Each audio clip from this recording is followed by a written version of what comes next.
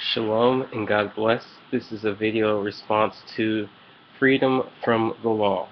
Now, a lot of people read the Book of Galatians and they come under this false conclusion, or they come to this wrong conclusion, it's better said, that we no longer have to keep the law, that the law has been abrogated, that we are absolutely free from doing anything that the law or the books of Moses require of us. And we'll find that's not exactly the case. This video won't be exhaustive, but I think some core points will be brought out that may change your mind, or at least cause you to consider what you have been taught or what you may believe. Now, this is taken from NazareneSpace.com/profiles blogs what do you mean works of law. And it says, let's see, in Galatians 3:10 the Aramaic has works because of the law rather than works of the law. And it says that if we consider this passage carefully, we can see that Paul uses this phrase, works of law, to describe a false method of justification which is diametrically opposed to faith in the Messiah. To Paul, works of law is not an obsolete Old Testament system, but a heresy that has never been true. The term works of law has shown up as a technical theological term used in a document in the Dead Sea Scrolls called MMT, which says, "Now we have written to you some of the works of the law, those which we determined would be beneficial for you, and it will be reckoned to you as righteousness, in that you have done what is right and good before him." Notice how it's the parallels between what's found in the Dead Sea Scrolls and what's found in Galatians chapter 2 and chapter 3, saying, "Know that a man is not justified by the works of the law, but by faith of Yeshua the Messiah. Even we have believed in Yeshua the Messiah, that we might be justified by the faith of the Messiah and not by the works of the law. For by the works of the law shall no flesh be justified, even as Abraham believed God, and it was reckoned to him for righteousness." And it says, this heretical doctrine laid out in MMT is based on 24 purity regulations about which the Essenes held stricter halakha than their Pharisaic counterparts, in which they believed would be reckoned to them as righteousness. Something that has to be understood is that when Paul uses this term, under the law, he's not saying, and when people say that we are no longer under the law, you have to understand exactly what does it mean not to be under the law. When Paul speaks of under the law, he's not saying Torah observance of the law. He's not speaking about that. When he says under the law, he's talking about under the condemnation or the curse of the law. It was the curse of the law that was nailed to the cross, and not the entire law itself. God did not get rid of the blessings of the law. He did not get rid of the commandments, which Paul himself says are good, just, and holy. He got rid of the curse and the condemnation of the law, which was death. So what was nailed to the cross was death. So we are not under the condemnation of the Torah, because Yeshua received that punishment, that judgment, that condemnation on the cross. But we do keep the Torah. We do keep the law of Moses. We keep the law not out of legalism, not to be made right with God, because we are made right with God by grace through faith. We keep the Torah out of love for God. Now, I would like to point out that in Paul's day, it wasn't exactly clear how do Gentiles come into the covenant of God, because the covenant was made with Israel. The new covenant, the Brit Hadashah, was made with Israel and Judah. In Jeremiah 21, God says He makes the covenant with Israel and Judah. So there became this question of how are Gentiles grafted into the covenant? And the rabbis of Paul's day, their solution was that the Gentiles had to be circumcised in order to come into covenant with God. Circumcision was seen when you became circumcised, you received legal status as a Jew. So if you were a Gentile, you would be circumcised and receive the name Ben Abraham, son of Abraham, and you would be grafted into Israel. A few things that we have to understand about the Jews' perspective on circumcision. Now, Talmud Tractate Sanhedrin, Folio 99a, verses 25 through 30, says something to this extent. This isn't a direct quote, but it says, "To abolish the covenant of the flesh, that soul shall be cut off."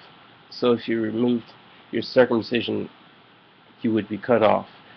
In the Midrash, which is a rabbinical commentary on Exodus, the rabbis state that Abraham himself will sit at the gate of Gehinnom, which is hell, and will not allow any circumcised Jew to enter. That's Exodus Rabbah 19:4.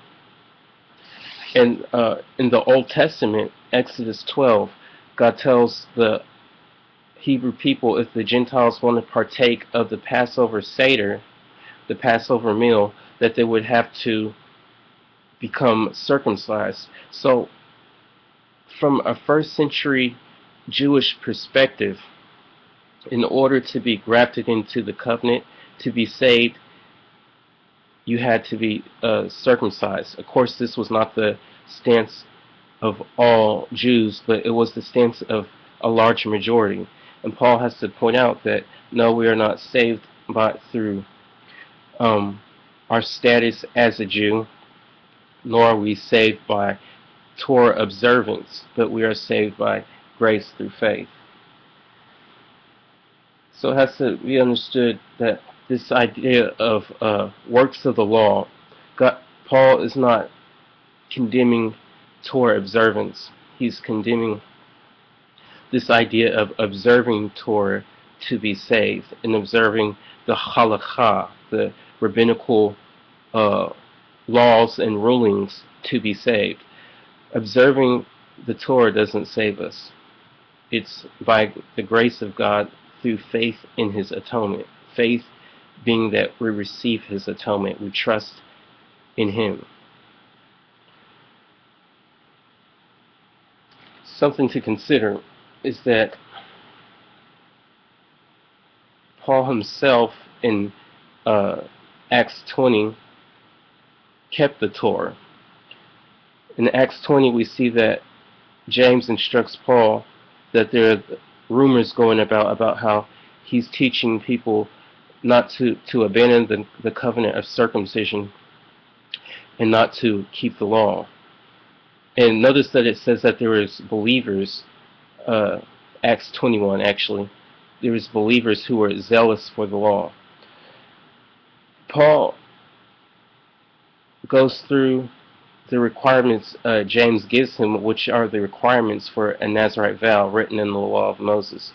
So if Paul was teaching that Torah should be done away with, then Paul himself would be a hypocrite in that sense, because he was keeping what the Torah required, as far as the requirements concerning the Nazirite vow. Something that has to be pointed out is that the Book of Galatians was written before the Book of Acts was written. So you have it where if you try to say that Paul says that the Torah is done away with, then you would have to deal with the fact that in the book of Acts, which was years after the book of Galatians, in the book of Acts chapter 16, Paul is circumcising Timotheus, I believe his name is. So how can Paul say that the Torah is done away with, then years later go and circumcise someone?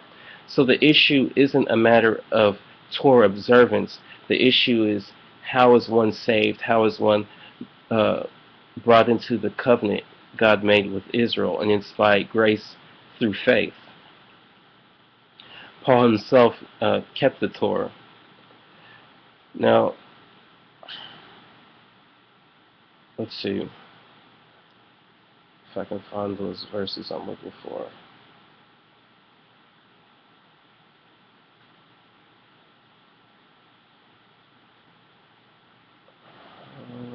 Let's see. Acts chapter 25 in verse 8, and it says, while he answered for himself, speaking of Paul, it says, while he answered for himself, neither against the Torah, against the law of the Jews, neither against the temple, nor yet against Caesar, have I offended anything at all. So Paul himself makes clear here that he himself kept the Torah. Acts 28, verse 17, and it came to pass that after 3 days Paul called the chief of the Jews together, and when they were come together, he said unto them, men and brethren, though I have committed nothing against the people or the customs of our fathers, an example of the Torah, yet was I delivered prisoner from Jerusalem into the hands of the Romans. Romans 3 and Romans chapter 3, I can't remember the verse, but it's towards the end of the chapter. Paul makes clear, does this faith in Messiah make the Torah void? Does it make the Torah null? And he says, no, rather faith in Messiah establishes Torah. Let's read that. Romans chapter 3.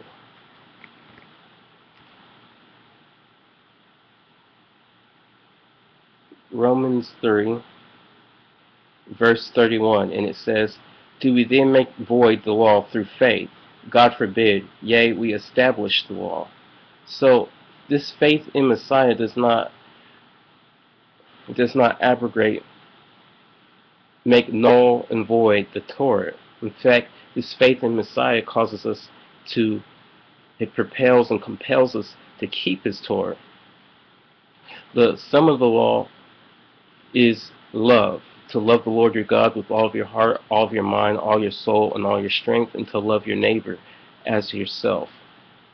The Torah is summed up in love. If this faith, if the faith of the Messiah is truly in your heart, then you will walk in this love. If you love God, you will keep his commandments. It's really simple. Now, something else that has to be pointed out. If you say that the Torah is abrogated, then you have to deal with these prophetic passages, such as Zechariah 14, which says, when Jesus Christ, Yeshua HaMashiach, comes back, that we will keep the Feast of Tabernacles, and we'll go up to him yearly to worship him, to keep the Feast of Tabernacles. The Feast of Tabernacles, Sukkot, is written in the Torah. And then again, you have Isaiah 66 that talks about keeping Sabbaths. And you have it in the Tanakh where it says the Torah is everlasting. So the Torah is not abrogated, but it is still necessary, valid, and alive today.